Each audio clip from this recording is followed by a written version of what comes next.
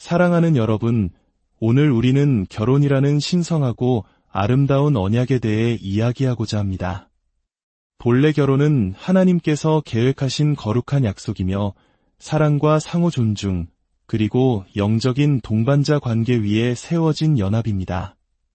그것은 그리스도와 교회의 하나됨을 이 땅에 비추는 신성한 제도로서 남편과 아내가 사랑 안에서 서로를 세우고 지지하도록 설계되었습니다.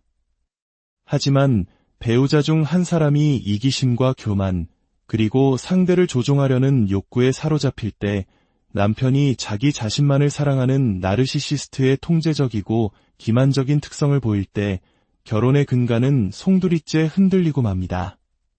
결혼이 안식처가 아닌 고통의 공간이 되어버리는 것입니다. 많은 믿음의 아내들에게 이혼은 결코 쉬운 선택이 아닙니다. 그것은 감정적으로, 영적으로, 그리고 때로는 사회적으로도 무거운 짐을 지우는 가슴 아픈 현실입니다. 어쩌면 당신은 결혼은 영원한 것이며 고난을 견디는 것이 헌신의 증거이고 관계를 떠나는 것은 곧 실패라고 배워왔을지도 모릅니다. 그러나 만약 그 관계에 머무는 것이 끊임없는 정서적, 정신적, 영적 억압을 견뎌야 함을 의미한다면 어떻게 해야 할까요? 만약 당신 남편의 자기애적 행동이 법적인 분리가 일어나기 훨씬 이전에 이미 영적으로 그 언약을 깨뜨려 버렸다면 어떻게 해야 할까요? 이 메시지가 당신의 마음에 울림을 준다면 잠시 시간을 내어 이 채널을 구독하고 좋아요를 눌러주시면 감사하겠습니다. 여러분의 작은 행동 하나가 어둠 속에서 홀로 고통받고 있는 또 다른 영혼에게 희망의 빛을 전하는 통로가 될 수 있습니다. 당신의 선한 손길 위에 하나님의 은혜가 함께하기를 기도합니다. 사랑하는 자매님, 만일 당신이 지금 이러한 고통의 자리에 있다면 하나님께서 당신을 보고 계심을 기억하십시오. 주님은 당신의 부르짖음을 들으시고 당신의 아픔을 이해하시며 당신이 이 힘겨운 길을 걸어갈 때 위로와 보호, 그리고 인도를 베푸십니다. 당신은 결코 혼자가 아닙니다. 첫 번째, 결혼에 대한 하나님의 설계와 사랑이 넘치는 남편의 역할. 결혼은 하나님께서 제정하신 가장 거룩한 언약 중 하나입니다. 그것은 단순히 법적인 계약이나 문화적 전통이 아닙니다. 두 영혼이 더 높은 목적을 위해 하나님의 권위 아래 하나로 결합되는 영적인 약속이자 평생의 헌신입니다. 결혼은 소유나 통제가 아닌 사랑과 희생에 관한 것이며 남편과 아내가 믿음 안에서 함께 걸으며 하나님을 영화롭게 하는 삶을 세워나가는 깨어질 수 없는 동반자 관계입니다. 성경은 결혼의 기초가 사랑임을 분명히 말합니다. 그것은 세상의 조건적인 사랑이 아닌 그리스도께서 보여주신 이타적이고 오래 참으며 견디는 사랑입니다. 경건한 남편은 가정에서 그리스도의 모습을 반영하도록 부름받았습니다. 그는 자신의 교만과 이기적인 욕망, 세상적인 야망을 내려놓고 아내를 사랑하고 보호하며 세워주는 종의 리더십을 실천해야 합니다. 사도 바울은 에베소서 5장 25절에서 이 책임을 강조하며 선포합니다. 남편들아, 아내 사랑하기를 그리스도께서 교회를 사랑하시고 그 교회를 위하여 자신을 주심같이 하라. 이것은 아내의 행동이나 완벽함, 외적인 모습에 근거한 조건부 사랑이 아닙니다. 예수님께서 우리를 구원하시기 위해 십자가에서 죽으신 그 사랑과 동일한 흔들리지 않고 희생적이며 정결케 하는 사랑입니다. 그리스도를 진정으로 따르는 남편은 자신의 역할이 군림하는 것이 아니라 섬기는 것이며 명령하는 것이 아니라 자기 몸과 같이 아내를 돌보는 것임을 합니다. 이것이 바로 성경이 말하는 남성성입니다. 통제나 위협, 조종이 아니라 겸손과 보호, 그리고 은혜입니다. 그러나 이 신성한 질서가 무너질 때 남편이 그리스도를 따르는 대신 자신을 높이며 아내를 동반자가 아닌 소유물로 여길 때 무슨 일이 일어날까요? 안전과 사랑의 장소가 되어야 할 결혼이 두려움과 혼란, 조종의 공간이 될 때 무슨 일이 일어날까요? 안타까운 진실은 제단 앞에 서서 하나님께 서약하는 모든 남자가 진정으로 그분의 길에 헌신하는 것은 아니라는 점입니다. 어떤 이들은 아내를 존중하라는 하나님의 명령을 따르려는 진실한 마음 대신 이기적인 야망과 억제되지 않는 교만, 통제에 대한 갈망으로 가득 찬 채 결혼 생활에 들어섭니다. 나르시시스트 남편은 아내에게 영적인 보호막이 되어주는 대신 영적인 억압자가 됩니다. 그는 자신의 힘을 보호하는 데 사용하지 않고 조종하는 데 사용합니다. 지혜로 이끌기보다 속임수로 이끌며 인내로 사랑하는 대신 사랑을 주지 않으면서 순종만을 요구합니다. 이러한 권력의 오용은 단순한 성격적 결함이 아니라 하나님의 설계에 대한 영적인 반역입니다. 성경은 교만과 오만, 그리고 그것이 가져오는 파멸에 대해 반복해서 경고합니다. 잠언 16장 18절은 교만은 패망의 선봉이요 거만한 마음은 넘어짐의 앞잡이니라고 말하며 야고보서 3장 16절은 시기와 다툼이 있는 곳에는 혼란과 모든 악한 일이 있음이라고 경고합니다. 나르시시스트 남편은 이러한 죄악 속에서 살아갑니다. 그는 통제를 즐기고 책임을 회피하며 아내의 감정을 무시하고 자신을 우위에 두기 위해 현실을 왜곡합니다. 그는 순종에 대한 성경 구절을 인용하며 복종을 요구하지만 정작 자신은 그리스도께 복종하기를 거부합니다. 밖에서는 경건해 보일지 몰라도 닫힌 문 뒤에서는 잔인함과 조종, 기만으로 군림합니다. 이것은 단순히 힘든 행동이 아니라 결혼 언약에 대한 명백한 위반입니다. 남편으로서의 하나님의 부르심을 지속적으로 거부하는 남자는 이혼 서류에 서명하기 훨씬 이전에 이미 결혼의 영적인 유대를 깨뜨린 것입니다. 언약은 법적인 상태뿐만 아니라 영적인 하나됨에 관한 것이며 한 배우자가 반복적으로 다른 배우자를 학대하고 조종하며 억압할 때 그 하나됨은 이미 하나님 보시기에 끊어진 것입니다. 두 번째, 성경적 관점에서 본 나르시시즘적 행동에 의해 성경은 교만과 이기적인 야망, 속임수의 위험성에 대해 분명히 경고합니다. 한 사람의 마음이 진리와 사랑, 책임에 대해 굳어질 때 파멸은 피할 수 없다고 가르칩니다.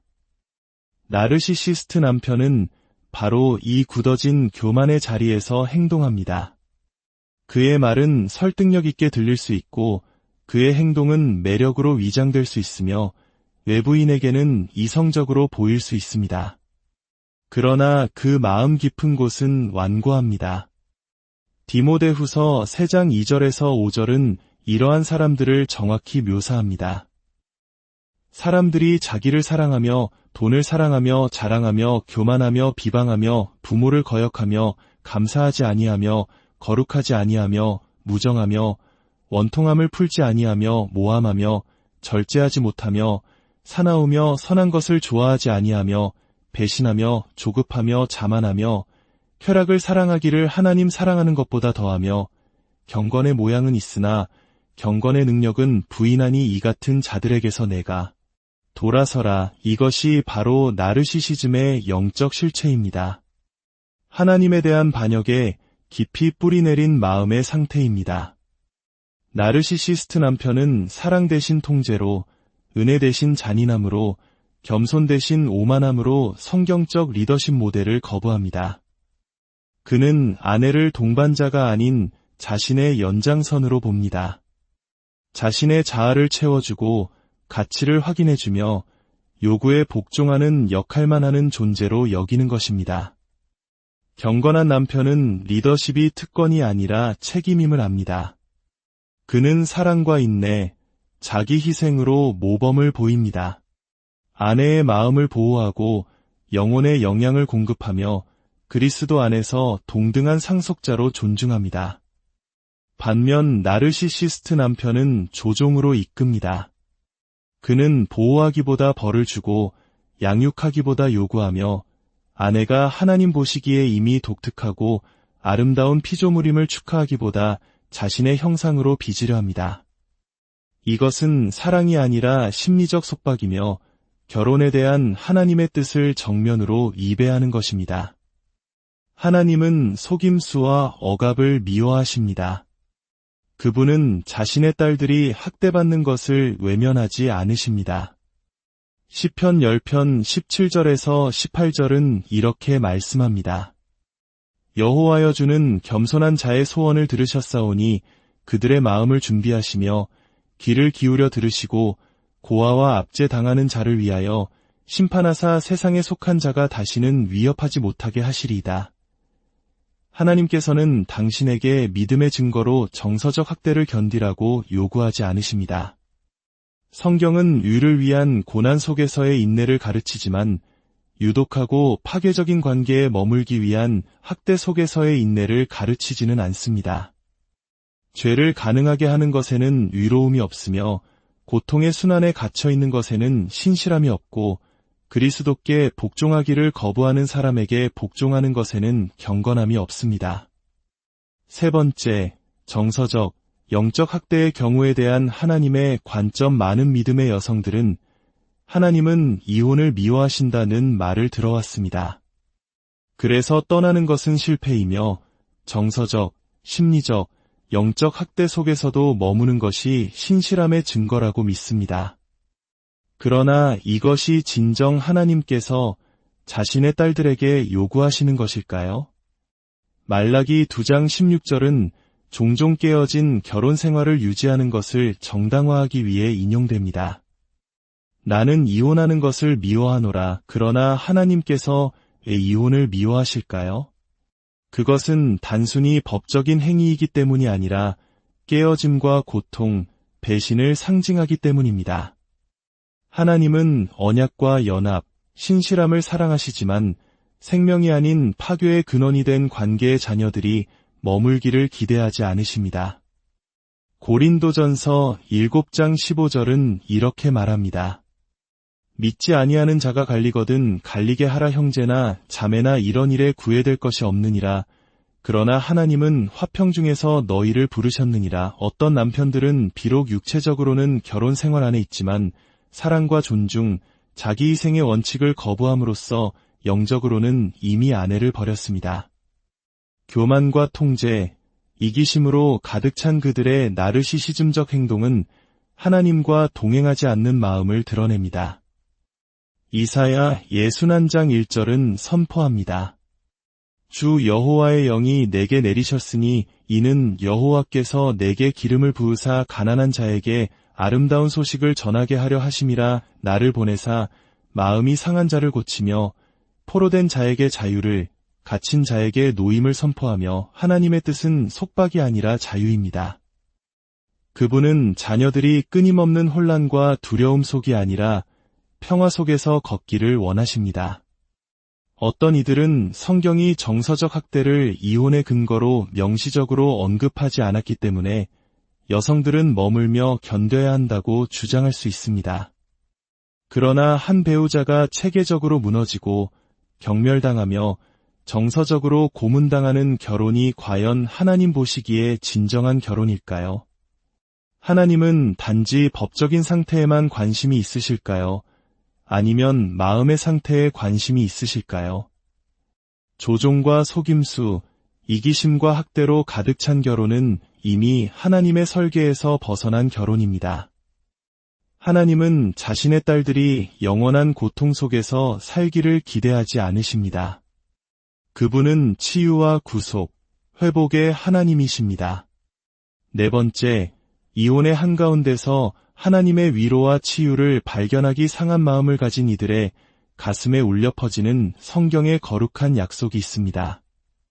시편 34편 18절, 여호와는 마음이 상한 자를 가까이 하시고 충심으로 통회하는 자를 구원하시는도다. 나르시시스트 남편과의 이혼이라는 고통의 여정은 단순히 법적인 분리에 관한 것이 아닙니다. 그것은 영혼 깊숙이 파고든 상처로부터의 치유에 관한 것입니다. 슬픔 속에서 하나님의 위로를 찾고 고통 속에 그분의 부재가 아닌 임재가 더욱 커짐을 이해하는 과정입니다.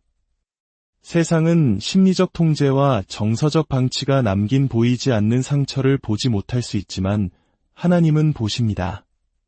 그분은 말없이 흘린 모든 눈물, 지쳐서 속삭인 모든 기도, 명확함과 힘을 구하는 모든 절박한 부르짖음을 아십니다. 수년간의 나르시시즘적 학대는 마음에만 상처를 남기는 것이 아니라 자신을 보는 방식에도 상처를 남깁니다. 나르시시스트 남편은 천천히, 체계적으로, 그리고 의도적으로 당신의 자아인식을 왜곡하여 당신의 가치, 능력, 심지어 하나님과의 관계까지 의심하게 만듭니다. 하지만 그 모든 거짓말은 하나님의 말씀의 진리로 뿌리 뽑혀야 합니다. 하나님은 당신을 가치 없다고 부르시지 않습니다. 그분은 당신을 내 것이라 부르십니다. 당신은 신묘막측하게 지음받았습니다. 하나님은 당신을 버려졌다고 부르시지 않습니다. 그분은 당신을 택하셨다고 부르십니다. 당신은 왕의 딸입니다. 치유 과정은 단지 과거에서 벗어나는 것이 아니라 진리 안에서 앞으로 나아가는 것입니다. 깨어진 한 남자가 당신을 대한 방식으로 정의된 여성이 아니라 하나님의 사랑받는 자녀로서의 정체성을 되찾는 것입니다. 5번째, 하나님의 보호와 이혼 후 나아갈 길. 하나님의 보호는 멀리 있는 신학적 개념이 아니라 그분을 신뢰하는 자들을 위한 살아있는 현실입니다. 나르시시즘적 결혼의 고통을 견디고 떠나기로 어려운 결정을 내린 아내에게 앞으로의 길은 불확실하고 두려움과 의심, 감정적 소진으로 가득 차 보일 수 있습니다. 그러나 하나님의 말씀은 그분이 피난처시요 그분을 찾는 자들을 위한 견고한 망대라고 선포합니다. 시편 46편 1절은 말합니다. 하나님은 우리의 피난처시요 힘이시니 환난 중에 만날 큰 도움이시라. 나르시시스트 남편을 떠나는 것은 단순히 법적인 행위가 아니라 영적인 전투입니다. 원수는 거짓과 두려움을 통해 역사하며 자유를 선택한 여성의 마음의 의심을 속삭입니다. 그녀가 혼자이며 모든 것을 잃었고 실패했다고 설득하려 합니다. 그러나 하나님의 말씀은 다른 진리를 말합니다. 이사야 54장 17절은 선포합니다. 너를 치려고 제조된 모든 연장이 쓸모가 없을 것이라. 일어나 너를 대적하여 송사하는 모든 혀는 내게 정죄를 당하리니. 나르시시스트 남편은 그의 말로 당신을 무너뜨리고 조종하고 통제했을지 모르지만 하나님의 말씀은 방패가 되어 지극히 높으신 분의 보호 아래 있는 자에 대한 원수의 어떤 공격도 성공할 수 없다고 선포합니다. 여성이 학대적이고 기만적인 결혼에서 벗어나는 순간 그녀는 치유뿐만 아니라 정체성을 위한 싸움에 들어섭니다. 수년간의 감정적 조종은 깊은 상처를 남기고 자기 의심과 수치심, 두려움의 내적 대화를 만들어냅니다. 그러나 하나님의 보호는 단지 외부 환경만을 덮는 것이 아니라 과거 억압의 지속적인 영향으로부터 마음과 생각, 영혼을 보호합니다. 시편 32편 8절은 약속합니다. 내가 내 갈 길을 가르쳐 보이고 너를 주목하여 훈계하리로다. 하나님의 보호는 단지 해를 막는 것에 그치지 않고 자녀들을 앞으로 인도하여 다시는 같은 함정에 빠지지 않도록 보장하는 것입니다. 여호수아 1장 9절의 약속을 기억하십시오. 강하고 담대하라. 두려워하지 말며 놀라지 말라. 내가 어디로 가든지 내 하나님 여호와가 너와 함께 하느니라. 6번째, 하나님의 진리로 수치심과 죄책감 극복하기. 수치심은 원수의 가장 강력한 무기 중 하나입니다. 이혼이 끝난 후에도 오랫동안 남아 여성을 자기 의심과 후회에 얽매이게 하려는 거짓말을 속삭입니다. 내가 실패한 걸까? 내가 더 노력했어야 했나? 내가 하나님을 실망시킨 건 아닐까? 하는 죄책감이 그림자처럼 스며듭니다. 그러나 하나님의 진리는 모든 비난에 맞서 그분의 은혜라는 부인할 수 없는 현실로 거짓을 가릅니다. 로마서 8장 1절은 선포합니다.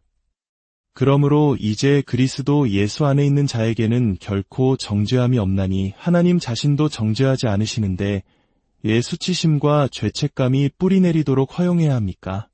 수치심은 하나님으로부터 온 것이 아닙니다. 그것은 고발자의 도구이며 그분의 딸들이 그분께서 주신 자유 안에서 온전히 걷지 못하게 하려는 속임수입니다. 한 여성의 가치는 결혼의 끝으로 인해 줄어들지 않습니다. 남편이 그리스도의 명령대로 그녀를 사랑하지 못했다고 해서 그녀가 부족한 것이 아닙니다. 그녀의 영혼을 파괴하는 관계에서 벗어나기를 선택했다고 해서 버림받은 것이 아닙니다. 그녀는 언제나 하나님의 눈에 귀하고 선택받았으며 구속받고 그분의 이름으로 부름받은 존재입니다. 7번째, 하나님께서 주신 정체성과 목적을 재발견하기 나르시시즘적 결혼의 정서적, 영적 혼란을 견뎌낸 여성에게 이혼 후의 여정은 상처로부터의 치유 그 이상입니다. 그것은 하나님 보시기에 자신이 진정 누구인지를 재발견하는 것입니다. 유독한 결혼 생활은 서서히 정체성을 앗아가고 하나님의 자유가 아닌 다른 사람의 통제에 의해 형성된 모습만을 남깁니다. 그러나 진실은 그녀의 정체성이 결코 깨어진 한 남자에 의해 정의되도록 의도된 적이 없다는 것입니다. 그녀의 정체성은 그녀를 창조하신 분, 그녀의 이름을 부르시는 분, 그녀가 진정 누구인지를 항상 보아오신 분 안에서 발견됩니다. 이사야 43장 1절은 선포합니다. 두려워하지 말라. 내가 너를 구속하였고 내가 너를 지명하여 불렀나니 너는 내 것이라. 당신은 당신에게 일어난 일의 반영이 아닙니다. 당신은 잃어버린 것을 회복시키고 구속하며 새롭게 하시는 하나님의 반영입니다. 과거의 고통은 당신의 미래를 정의하지 않습니다.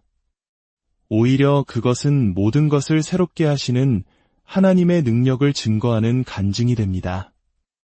이혼 후 가장 큰 어려움 중 하나는 다시 꿈꾸는 법을 배우는 것입니다.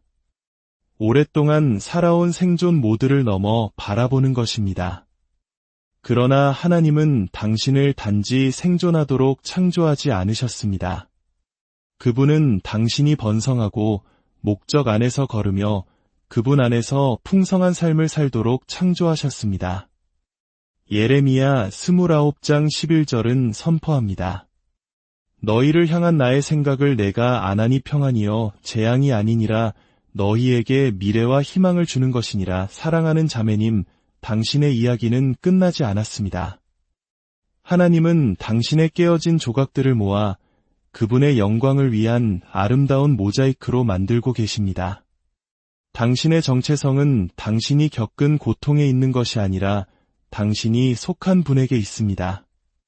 당신의 목적은 당신이 잃어버린 것에 의해 제한되는 것이 아니라 하나님께서 당신을 위해 준비하고 계신 것에 의해 확장됩니다. 한 걸음 한 걸음 앞으로 나아가며 치유받고 신뢰하고 그분의 진리를 받아들일 때 당신은 진정한 당신의 모습이 한 남자나 결혼, 고통스러운 과거에 의해 정의된 적이 없음을 발견하게 될 것입니다. 그것은 언제나 하나님에 의해 정의되었으며 당신을 향한 그분의 계획은 여전히 선하고 여전히 아름다우며 지금도 펼쳐지고 있습니다. 주님의 이름으로 여러분 한 분 한 분을 축복합니다. 당신의 상처 입은 마음에 하나님의 깊은 위로와 치유의 은혜가 강물처럼 흐르기를, 그래서 과거의 아픔을 딛고 일어나 주님 안에서 새로운 정체성과 사명을 발견하는 놀라운 여정이 시작되기를 간절히